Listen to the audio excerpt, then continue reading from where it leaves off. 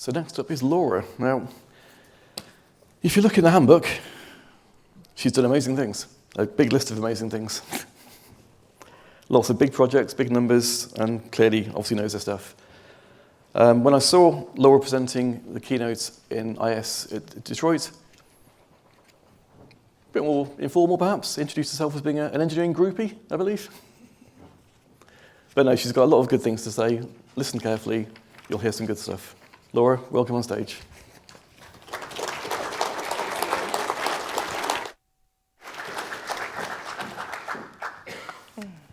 Thanks, Ian, and thank you so much for just sharing a little bit more about Phil and Stuart as well, because I think perhaps like a lot of people here, I didn't get the opportunity to meet them, so it was really good just to hear a bit more about them.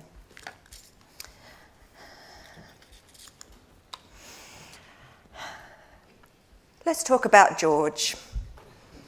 A few years ago, I was asked to help George, sadly not his real identity, run a consultation on an enterprise strategy he'd developed. I met him, he explained that he worked in a complex environment with multiple organisations who were all autonomous for very important reasons.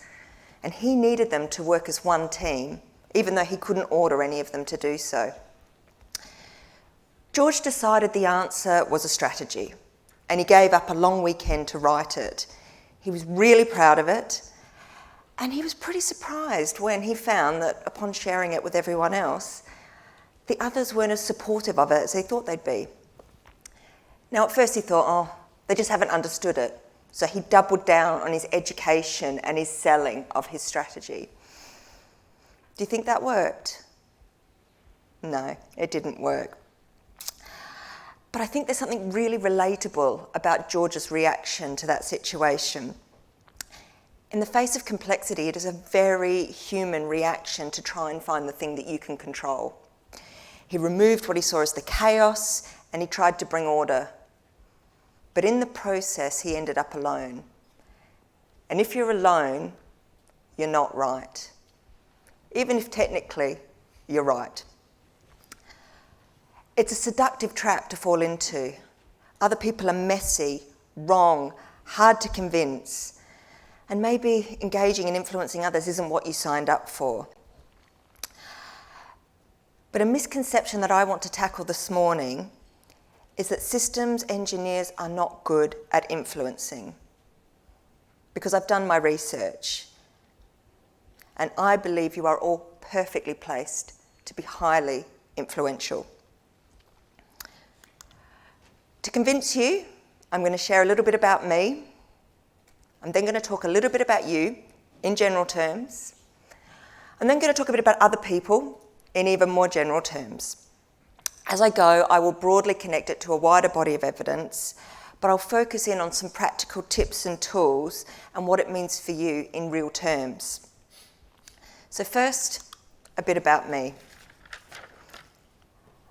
My name is Laura Doughty, and as Ian said, I am a professional engineer groupie. After graduating uni in the early 90s, I started working in local government in community development. And this is a very average pre-digital quality photo of a normal day at work for me with a giant koala. I learned two things very quickly. Firstly, how to work with politicians and deal with a high degree of interaction with elected officials. Turned out my community recreation and sports groups were the key voter pools, very influential. That meant that I was dealing with the CEO and the senior team, as well as with the councillors and their advisors on a regular basis. But importantly, to most of the organisation, I was still considered to have what they called a soft or optional role. I didn't have any status, I didn't have any seniority. The second thing I learned was that there is next to no money in community development. It's kind of at the bottom of the funding list. Now, I wanted to make a difference. I was under a lot of political pressure. So I looked around and said, well, where is the money going? And what I saw was that infrastructure delivery was a key investment area. And I thought, well, maybe I could get involved in that and we could make sure that the community needs are being met as part of these large projects. I asked around and I was told, yes, we'd love some help, please. Could you come and do our project management? Now, to be absolutely clear, project management was not the profession then that it is today. What they meant was, could you please come and do our admin and paperwork? What happened next for me was over 25 years of taking on the roles that supported the technical engineering aspects of project delivery. It started with the project management, but I had sidelines in community consultation. I dabbled in business case writing at one point and benefits realisation, stakeholder planning and management, program management, policy development. Along the way, learning about team building, behavioural change, and how to broker multi-agency agreements. In my teams, and it's important to say this was meant very endearingly and very kindly, I was kept aware that I was at the bottom of the team food chain. I was even lower than the mechanical engineers, was the joke. I admired and still do their technical know-how, their endless passion and enthusiasm and energy to get things delivered, and they in turn liked the fact that I wanted to help and that I was happy to take care of the things that to them just got in the way of delivery. Together, we all got to feel like we were making a difference. Over time, I got to help broker what was then the largest infrastructure program in Australia's history. I got to travel the world. I got to work on the London 2012 Olympic and Paralympic Games. And in the mid-2010s, I was even lucky enough to work with a number of system engineers on the digitisation of the UK railway. So being a professional engineer groupie has treated me very well. Now, it helped that I have a genuine interest in engaging with others and a desire to want to talk to people. But like everything we all do in this room, my job involves following a series of organised steps, using recognised and evidence-based tools, some of which I've picked today, the ones that I think get good return for your effort, and broken them down into their simplest form. So that's me. Over to you. What we know is that very few of you are working alone these days. That we need to work collaboratively isn't really an intellectual question anymore, but I still regularly see drivers of behaviours that are actively working against engaging with others and therefore missing that chance to influence or get the best out of them. And that means that we as a group are also potentially missing out on a chance to be collectively influential. I've listened to a number of you talk about complexity.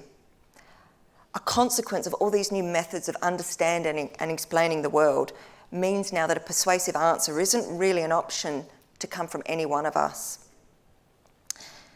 And when it comes to how many people we need now to be successful, we've got a really great example if we look to medicine. Now, this might be giving the game away, but how many of you had a hospital stay in the 1970s? Don't worry if you don't want to admit it, I certainly did. If you did, back then, you'd likely have encountered just two clinicians, mostly a nurse, plus a doctor who'd probably check in on you about once a day. It was a much simpler model that came with a completely unacceptable mortality rate. Part of the medical profession's answer to that has been to go into what they call super specialisation. Their language is now all about expertise. That same hospital stay today would likely involve more than 15 clinicians, specialists, physical therapists, nurses, anaesthesiologists, of which there are many kinds. And it's a similar situation around the world in all fields. We've reached the point where we can't know it all. We can't go it alone. Now, if this sort of thing interests you, then a book that I really highly recommend is the Manifesto Checklist by Atul Gawande. He's a surgeon, a researcher, and a public health professor. Because he looks at the consequences of this super specialisation and about how difficult it is now for clinicians to get the right diagnosis. He and others have been working with the World Health Organisation to develop simple tools to promote teamwork, and they've rolled them out across hospitals around the world and collected a substantial body of evidence that proves it saves lives. And despite all that, adoption rates aren't great. This is partly because the personal style and motivation that drives somebody to make the kind of training, investment, and have the confidence in their own judgment to become a medical professional actively works against teamwork. These tools were perceived to rob them of job satisfaction and of doing away with the things that they held really personally dear, like courage and improvisation. And I suspect that we can see something in that and relate to something in that. Similar research has been done in finance and investment, similar results. When collaboration tools are used, they work, and regardless of that, resistance remains substantial. Part of the problem for us is the drivers that work against collaboration are really useful for delivery. A passion to create solution, faith in your own experience and learning and investing in your own training. These are things we need, and they can also create blind spots to other things that we need. So step one, it's really helpful if you can be aware of your own frame of reference, your own drivers, why they matter to you, and how they might be specific to you. Think about why you care about the things you care about, what you're prepared to flex on, what might be the subconscious biases or conditioning that you're potentially letting run unchecked because you're not consciously questioning it. When I work with multidisciplinary teams, I rarely get pushback now to the idea that they need to work together. The biggest challenge I have in getting a team to perform is that nearly everyone in the team thinks that the approach should be built around their discipline. Most people believe their area is the answer and that the other members of the team are the value add. And what I find that's often missing is what I call the agnostic glue that's going to broker the right way to bring that team together. I don't know if anybody smelt the trap in what I just said. Who gets to decide what's the right way? Are any of us truly agnostic? I'd argue we've all got skin in the game, and we're probably better off recognising that and trying to deal with that as openly and honestly as we can. And when you're thinking about your self-awareness and asking these sorts of questions, it's useful to think about whose views matter most to you and why. Because who is listened to? In short, the loudest and the most confident, and that is a problem. We know, because many studies tell us, that there is a relationship between performance and diversity of voice. And there are many studies still being funded because we're still a long way from having that diversity and that performance. We talked a bit about inclusion at the start because we know groups that leverage diversity outperform groups that don't. Period. The evidence on that is clear. We know that diversity reduces groupthink, it increases innovation, it builds trust with followers, which is really important if you're trying to get support for your decisions. But it's important to remember, and I think Ian explained this really well, that when we're talking about inclusion, we're not just talking about protected characteristics. We're not just talking about things like race, sex, disability, religion. Inclusion is absolutely about those things, but it's also about making sure that everyone feels welcome and everyone feels valued. So for example, it's well documented that your place on the introversion-extroversion spectrum is going to influence your choices just as much as your race or religion. And this is one of the most exhaustively researched topics in personality psychology. We know that 1 to 2 out of every 3 people is an introvert, which means probably at least half this room. If you find that surprising, that's because many people learn to present as extroverts because that's what we're told you need to be to succeed in the workplace. However, rather than trying to present as an extrovert, if you are an introvert, have you considered using that as your influencing strategy? There's a really good checklist behind me of the secret superpowers that introverts have when it comes to being influential. But I think without even looking at that list, most of us probably know that person in a meeting who doesn't say very much. But boy, when they do, can you hear a pin drop? And you know that whatever it is they've said is probably the thing that's going to influence the group's decision. I want to talk about other people. This is Robert Van Winkle, who you might also know as Vanilla Ice. He had a hit quite a long time ago. If the 1970s hospital reference didn't give it away, this might. His hit was Ice, Ice, Baby. Thank you. I'm here for one morning only, you'll be pleased to know. That song had the lyric, stop, collaborate, and listen, which I've repurposed today to be prepare, listen, and engage, which I appreciate is not as catchy. I'm going to talk about all 3 today, but I'm particularly going to focus on prepare and listen, because if you get those 2 right, you've cracked it. And the engagement that follows is not only going to be easier, but it's going to be quite self-evident. And the good news is preparation is something you're already really good at. And I know that because I've listened to you talk about things like preparation is key. It's so important that you understand your purpose, that you get your mission definition right. Preparation is also about knowing why you want to influence other people in the first place. Who do you need and why do you need them? And having spoken to a number of you already, I'm going to use a specific example of leaders and decision makers because a number of you have told me this is an area where you're not really getting the traction that you want. So without replacing your own need to do your own research into your own decision makers, I want to give you just some general insights into senior leaders. We know in broad terms that they tend to have a background in finance and operations, around half. Probably less than 10% are going to have an engineering background. They tend to be in their 50s. Nearly all of them are graduates. Over a third are going to have a business degree and a quarter an MBA. Over 95% are male. And of interest, most are promoted from within. So it's possible you're already in contact with your future decision makers. And if you're not sure what you're looking for in terms of their style, they're going to be the people that are decisive, bold adapters, very reliable, unafraid of conflict, and good with stakeholders. And something they're all going to have in common is that they have their own stakeholders to please, whether that's shareholders, customer representatives, regulators, politicians, employee representatives. Everyone has a boss in some shape or form. And the point I'm making here is the more you know about them, what matters to them, what they're worried about, what language they speak, who they do listen to, the more hooks you've got to play with then in terms of how you're going to engage them and the kind of conversation you're going to have with them. So what about all the other people? Let's start with who else you need. Stakeholder identification is a really fancy way of saying, let's make a long list of anyone and everyone who can help or hinder us.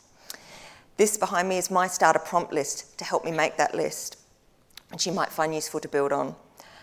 I generally find you need a few people to make this list.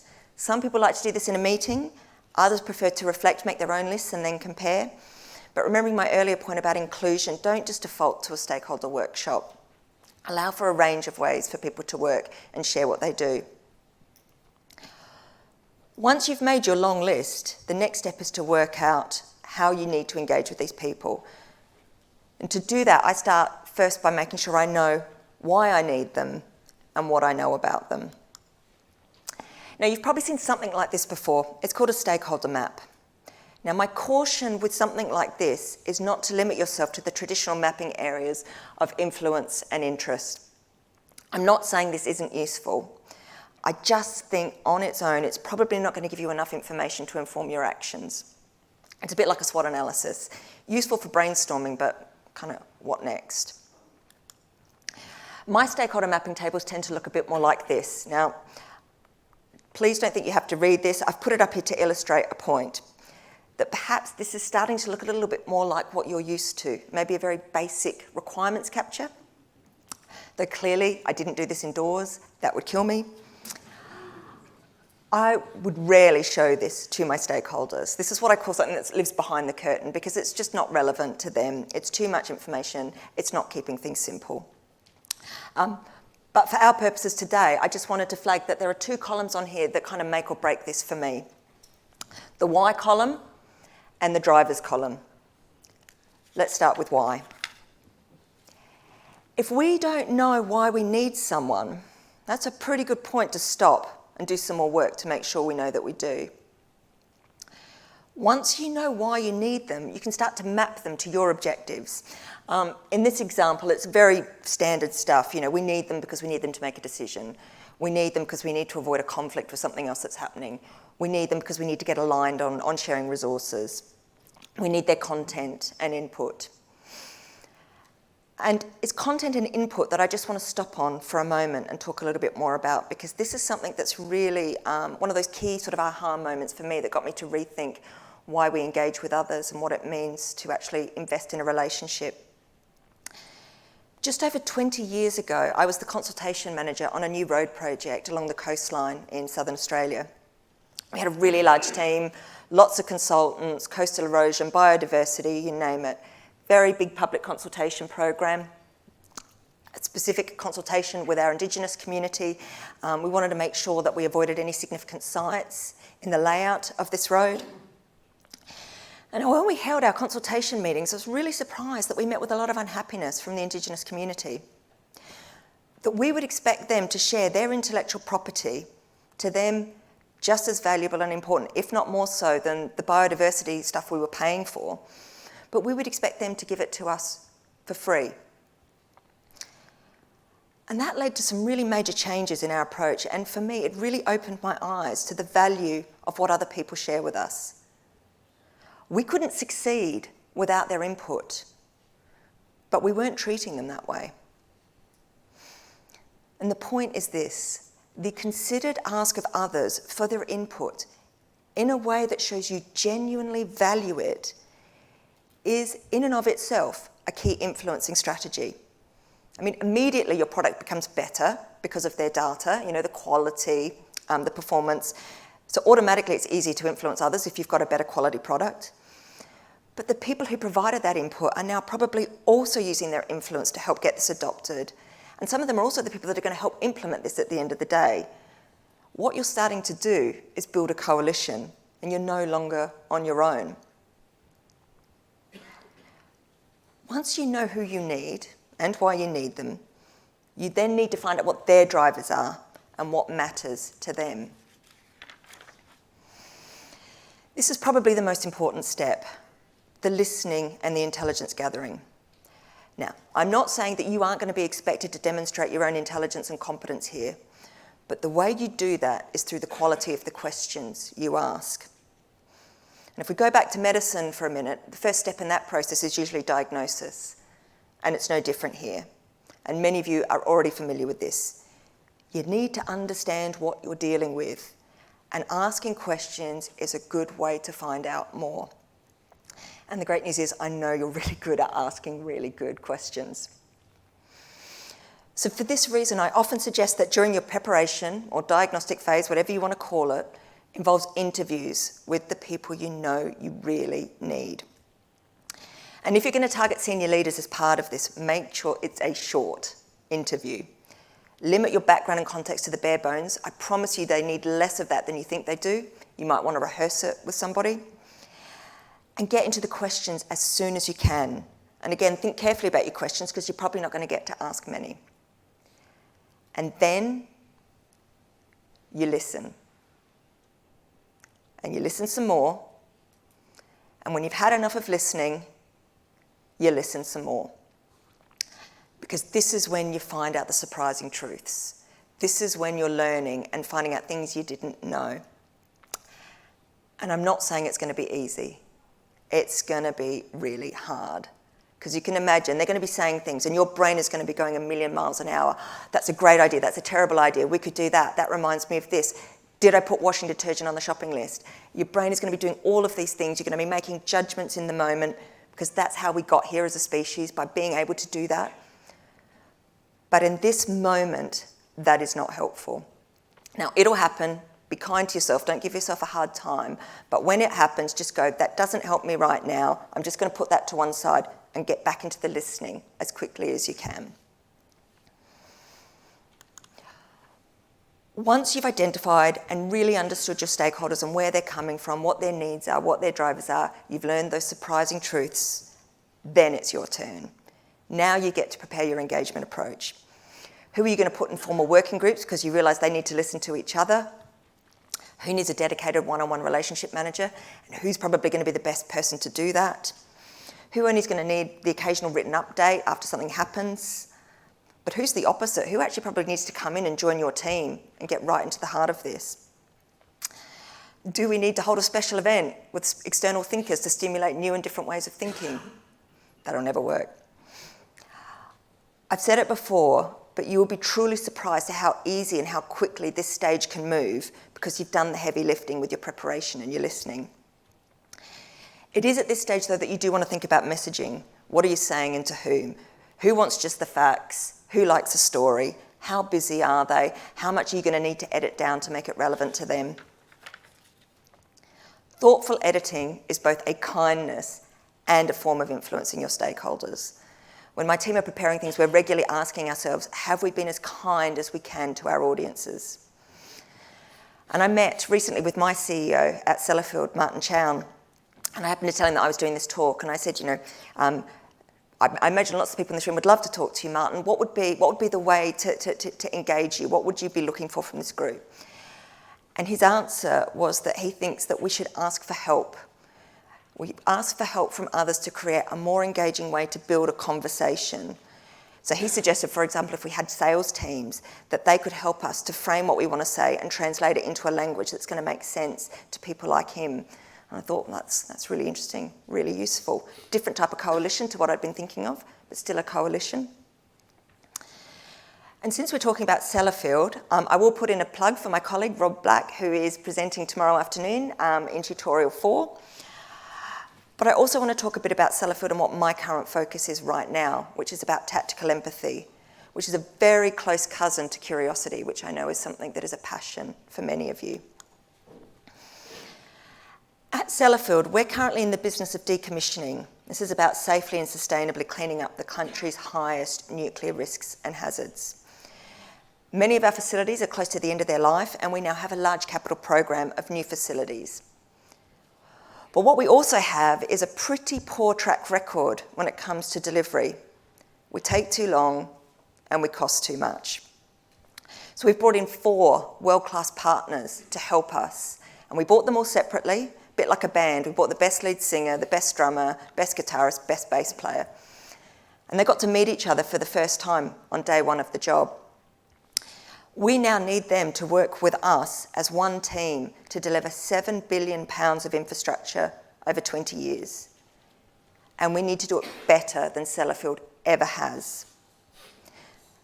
Now, there are a lot of moving parts to a collaboration model like this, and we are tackling it on multiple fronts. My focus is on how do I keep people curious about each other.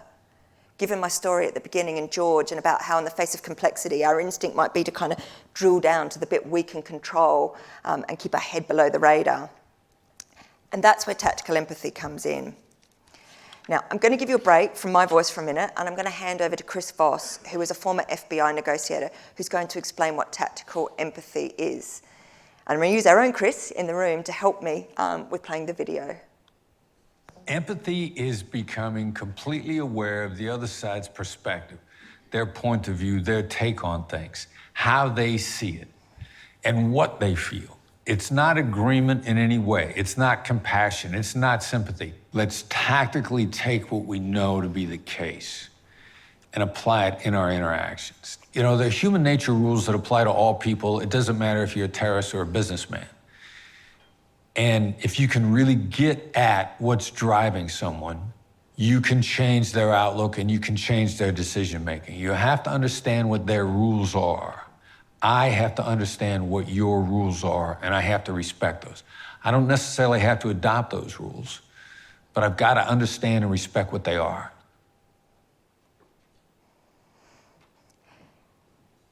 If you have a genuine understanding of where the other person is coming from, together with the ability to step outside of your own frame of reference for a little while, you're not only going to be better informed, but you're starting now to get the byproduct of rapport and reciprocity and a relationship.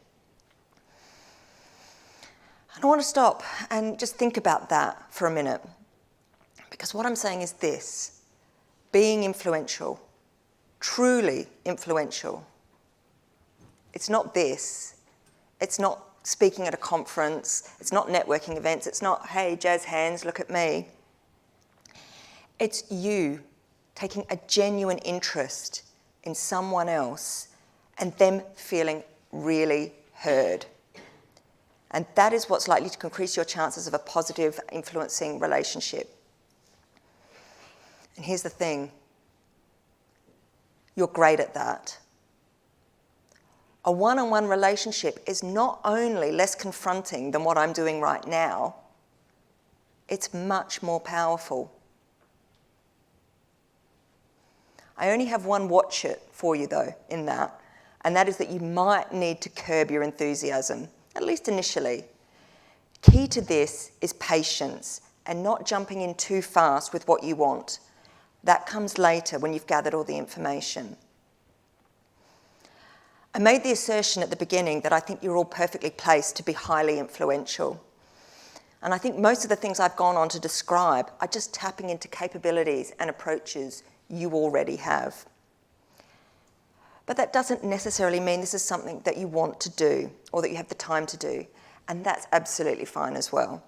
As long as you appreciate it and make sure you have a suitable person in your team who can do it, just like I do for my teams.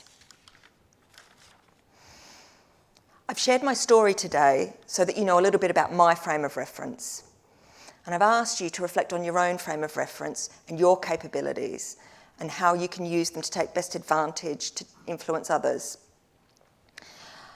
I want to close with the less tangible rewards you can get from meaningful connection with others, including that your reading list doesn't have to be limited to non-fiction if you want to build empathy and grow your worldview. So my last story is about my first big job in the UK, which was about leading the team that was setting up one-team transport operations for the London 2012 Olympic and Paralympic Games.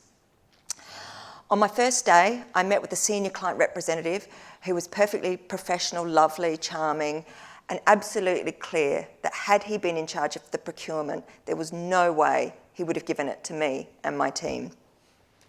Not a great start.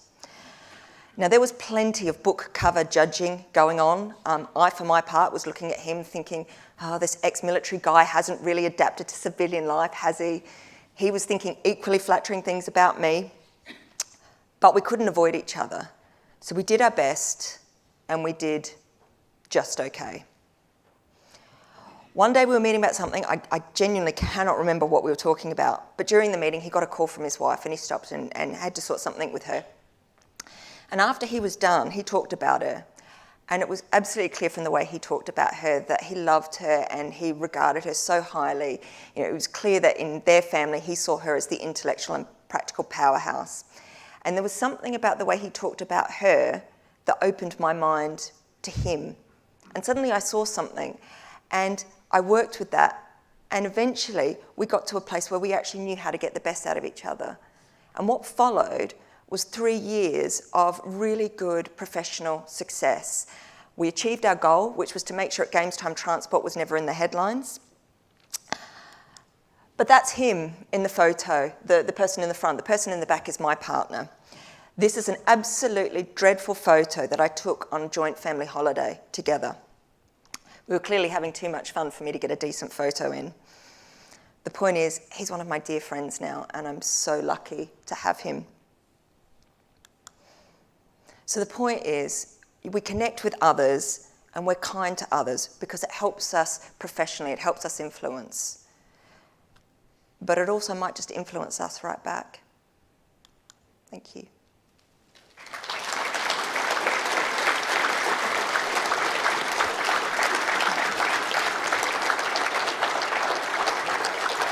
Are we doing questions? I think so, yeah. Okay. So Phil, do we have any handheld mics? We do, brilliant. There are mics at the back if anybody wanted to ask a So question. do we have anyone like to ask any questions?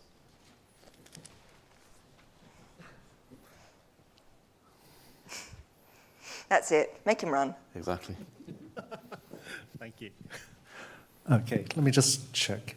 All right. Thanks a lot for that really wonderful talk that opened a lot of my internal eyes to things that I've done in the past, and it's definitely reinforced some of the thoughts and conversations I've had.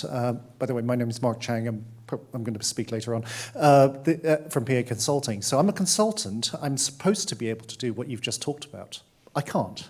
I'm absolutely terrible at it. I freeze. I'm frightened. I never know how to get the different stakeholders to work together. What I'd like to understand is, as an engineering groupie, you're obviously fantastic at it. How do you deal with the deep technologies that you're obviously having to manage? How do you translate those such that everybody can actually understand them. I'll tell you why I usually freeze on the spot.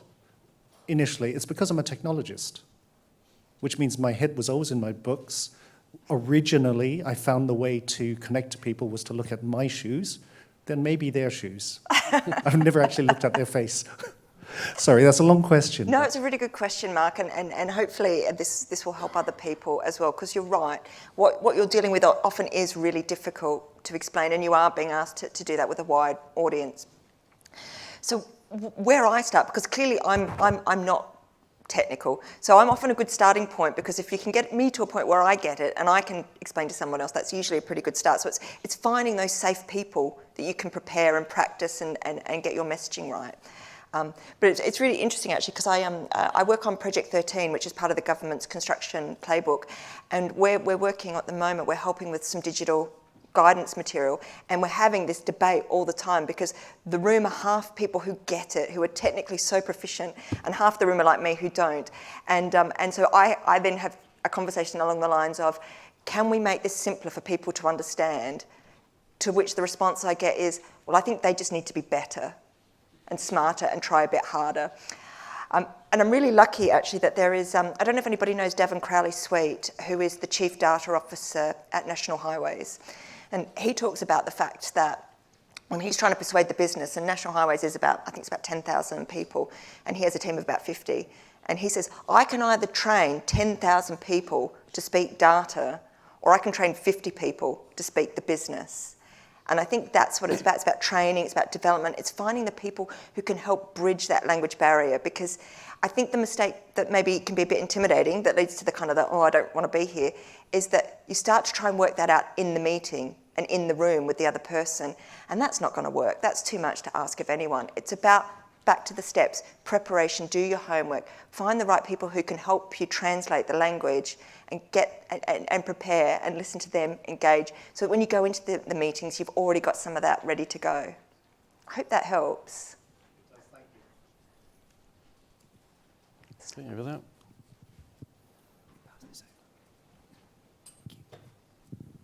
Yeah, thanks, Laura. My name is Kim. Should I stand up? Oh, sit down. No. My name is Kim Stansfield. So I'm back end of my career, but I'm working on, it's a comment really, to back up some of the things you've said. A friend of mine, professor in Columbia in South America, passion to help vulnerable communities exploit resources in a sustainable way to generate electricity, to get clean water, etc. And he went into one of the tribes that they're working with in Colombia and explained through an interpreter the wonders of the program he and his team are bringing to them. And he said that the community leaders were sitting there. And the lead guy puts his hand up at the end and says, "Thank you very much, Professor Colmenares. Thank you for this wonderful insight. But you have not asked us one question about what we know about sustainability." And my friend stood there and thought, yeah, we're arrogant. We think we've got the answers. But in truth, the answers come out of co-creation. I love that word, and I thank you, Kim, co-creation. I think that's absolutely right. And you know, I don't know him, but in his defence, you know, we do these things for the right reasons because we're passionate about wanting to help. But sometimes we do end up in that position unintentionally of launch and defend, and we kind of feel like we need to defend our position rather than, as you say, asking questions, and that's when we learn, you know, what's really going on. So I Is there think another next hand? was down here, Phil.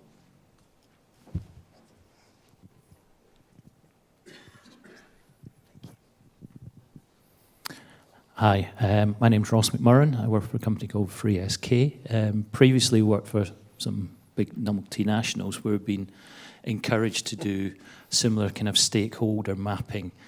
And when I was in the training, a colleague of mine, came out with the revelation that there were some people who actually needed to cut off, and he needed to be quite brutal. Is this I find that you've talked about the kind side of it.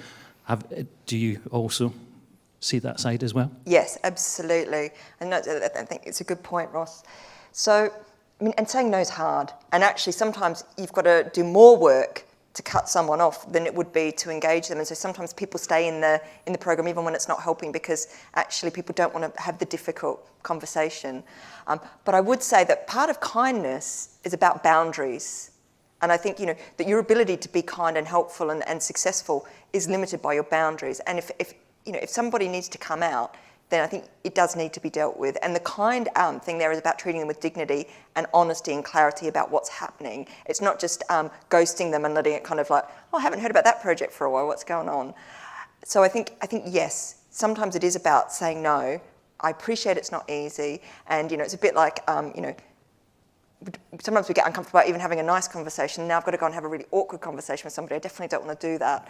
Again, I would say prepare, rehearse, be very clear about it, stick to the facts. But yes, sometimes being kind is saying no. It's not going to be the right thing for them or for the project. Okay, down here and then there. We're doing this just to make you run, Phil. Hi, I'm Matthew. I'm the Deputy UCAB Chair. I've just read your thing on your bio, and it says that you're an executive coach. And I think as a coach myself, I noticed quite a lot of coaching in what you're saying. I was wondering if you could say a little bit about how being a coach has been linked with what you were saying about influencing. Thank you, Matthew. The key thing about coaching is you're trying to help somebody else achieve something in performance. Like there's usually a really specific problem or opportunity that they're trying to take advantage of, and you're there to help them. You're not an advisor. They're not interested in your experience, your ability. They're interested in how you can help them. So one of the most important things a coach does is helps hold a mirror up and ask the right questions. And I think that's, going back to the earlier points as well, this isn't about you bigging yourself up and, oh, I'm great at this and I'm great at that and I learnt this and what worked for me is this, because that's my frame of reference. That works for me. It's about helping someone else understand their frame of reference and what's going to work for them. And it's a bit of a running joke in Sellafield that, we have, like most big organisations, we have feedback processes. And everybody always laughs that when you ask me for feedback, I never want to give it. Because I'm like, well, that just tells you what matters to me. It doesn't tell me what matters to you. And we then have a conversation. And I usually, when asked for feedback, I usually go back with at least 3 questions, about why do you want it, what are you going to use it for, all of these sorts of things. And I think that's the thing. It's be more interested in the other person than you. The way you help them is through the quality of what you ask them, not about your experience, because all your experience tells them is what worked for you. Does that help? Thanks, Matthew. Okay, Phil, we had Dan here as well. I would say this side of the room doing really well, that side of the room not quite so much. Not that it's a contest, apparently not a close one. Sorry, yeah. Hi, I'm Paul Davis. I'm kind of retired, but I still deliver occasional training on behalf of an Australian company. But before that, I did 15 years with Thales, a French company, after it bought up the company I was working for. And I can tell you that working remotely for Australians is a piece of cake compared to the Thales experience. I'd like to first of all challenge you on something you said. You said early on that diverse teams outperform homogeneous teams, period. I've read some research that said that's a bit of an urban myth, in that I've got a book in my library called something like Leading Successful Multicultural Teams, which shows that diverse teams and homogeneous teams have 2 different bell curves. It's absolutely true to say that the best performing diverse teams significantly outperform the homogeneous ones, but badly led multicultural teams significantly worse. And I can bear testament to that from early days of Thales having taken over Raycor, and also the early years formation of Airbus from British Aerospace, Matra and Messerschmitt Bulk of Lum. And their initial projects were absolute disasters.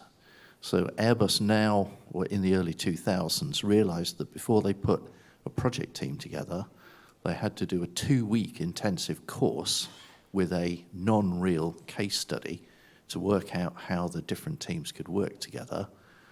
And Thales developed a very interesting 3-day course called Working with the French,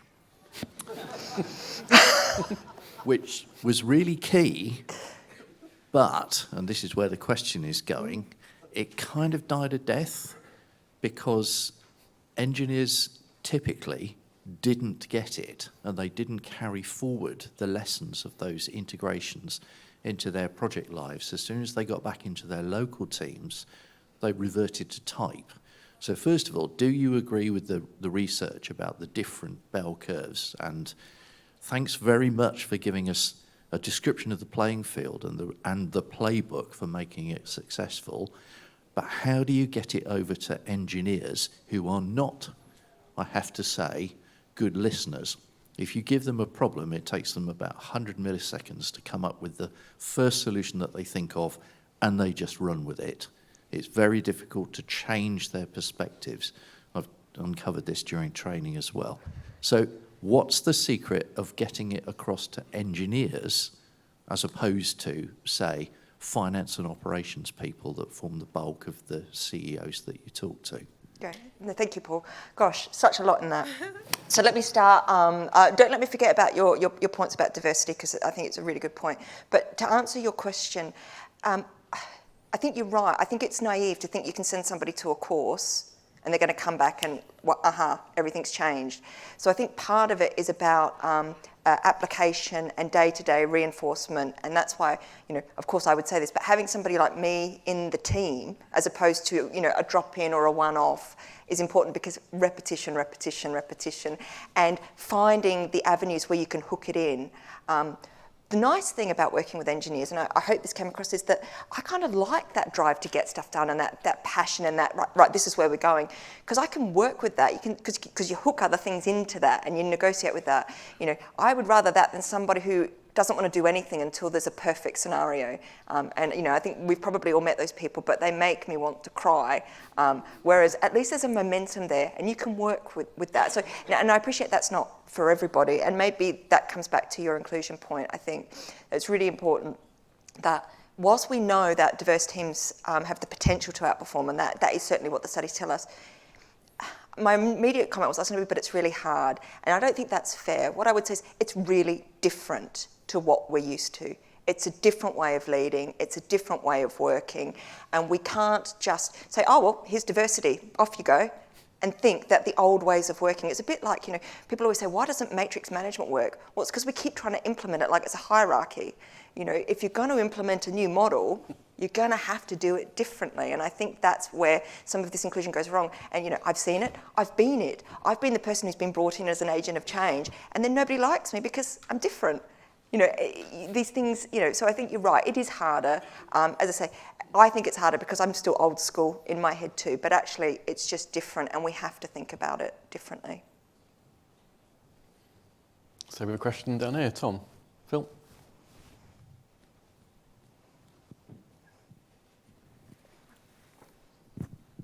Hi, Laura. Tom Ash from Jacobs. Hi, Tom. Thank you very much for all your thoughts.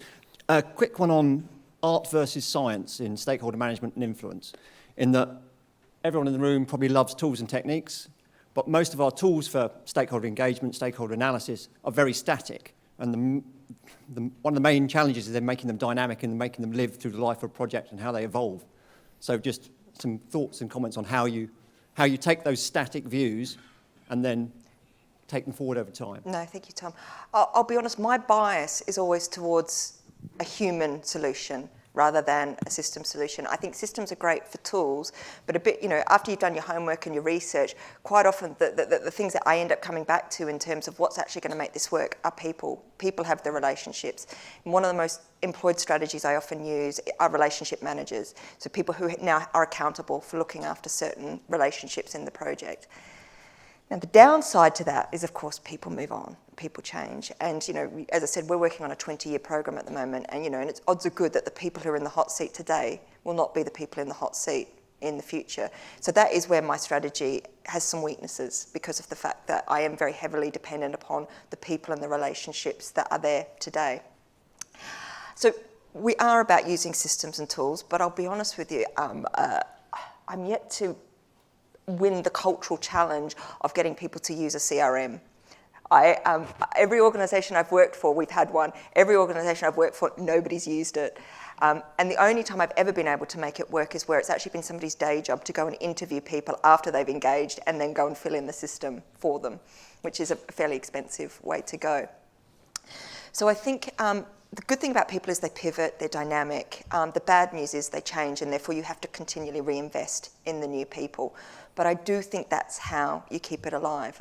I don't know if anybody here has had the challenge of knowledge management and how you actually try to embed knowledge. And people, go into large organisations all the time where they're capturing knowledge and they're capturing lessons and they're capturing learning from experience, and no one's reading it.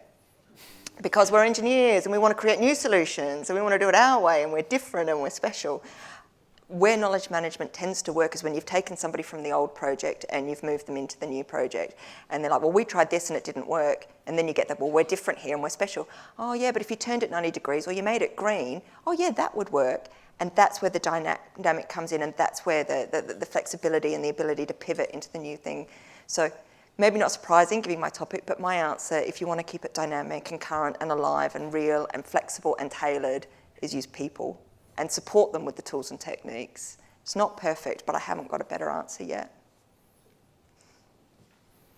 Yeah.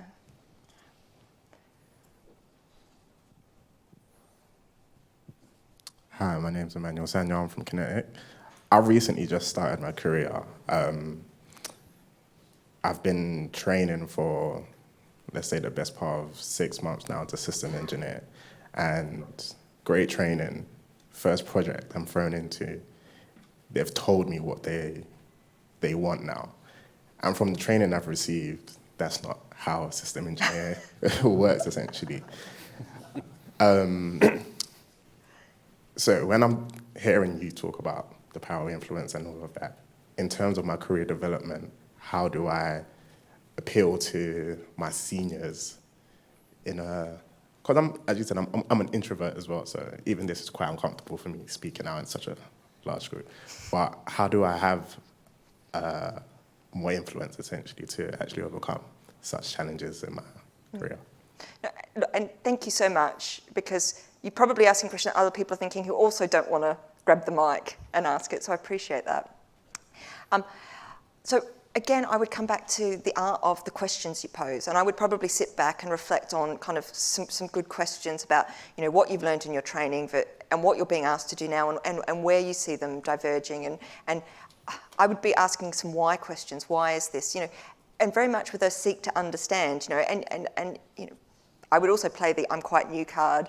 I'm learning. Can you help me, please? Because people love to help. It's probably the second favourite thing after being asked for their advice. So I would ask for help to get from the people who are telling you things that don't make sense. I would say, can you help me understand? Because this is what I've learned, and now you're saying this, and I'm not quite sure what the difference is. And then hopefully that would open up a conversation where you can have, you can get clarity, and maybe through that you'll find that actually there's a reason why they've deviated, or maybe they'll realise actually there's more merit in what you've learned, and the answer's probably somewhere. That's a bit of column A, a bit of column B. But I would say, have a think about it first, maybe think about who you want to start with, kind of who do you feel like is the safest person to start that conversation with, go into it with some questions, and then it's back to the listening again. Is that giving you what you need? Does that help? Come and find me in a break if you want to talk more too, because I appreciate it's quite a large audience. Are we okay for time? I think this was the last question over here. Last question? Oh, no. Oh, there's two. Oh, okay. Two quick questions? I will be here in the breaks if people want to come and have a chat during breaks. Hi, my name's Jake Lynch and I'm from Bentley Motors. I'm currently going through some workshops to try and elicit some requirements from some key stakeholders in the business. And I'm sort of struggling to work out the methods and trying to get the best techniques to pull the ideas out of people. Do you have any advice on that? So my first thought would be, is there anybody else in the organisation who's already pretty good at it? or who you can see is already doing it, and I'd maybe ask them for a cup of tea or a coffee, and just if they could kind of share what they're doing, what already works, because you might find somebody's already done the hard yards and you can kind of take what they've done. And the good thing about someone in your own organisation is they've probably come up with things that work locally as well, because all of these things need to be tailored to the local environment. So I would say that.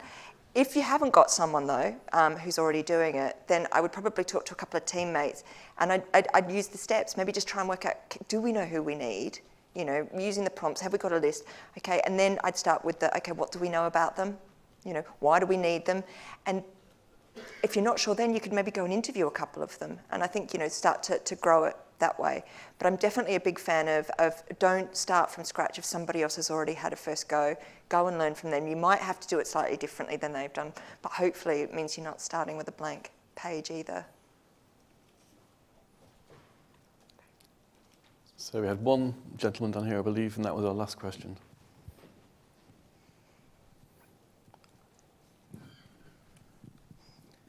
Is it on? It's on. Pete Moore from Kinetic.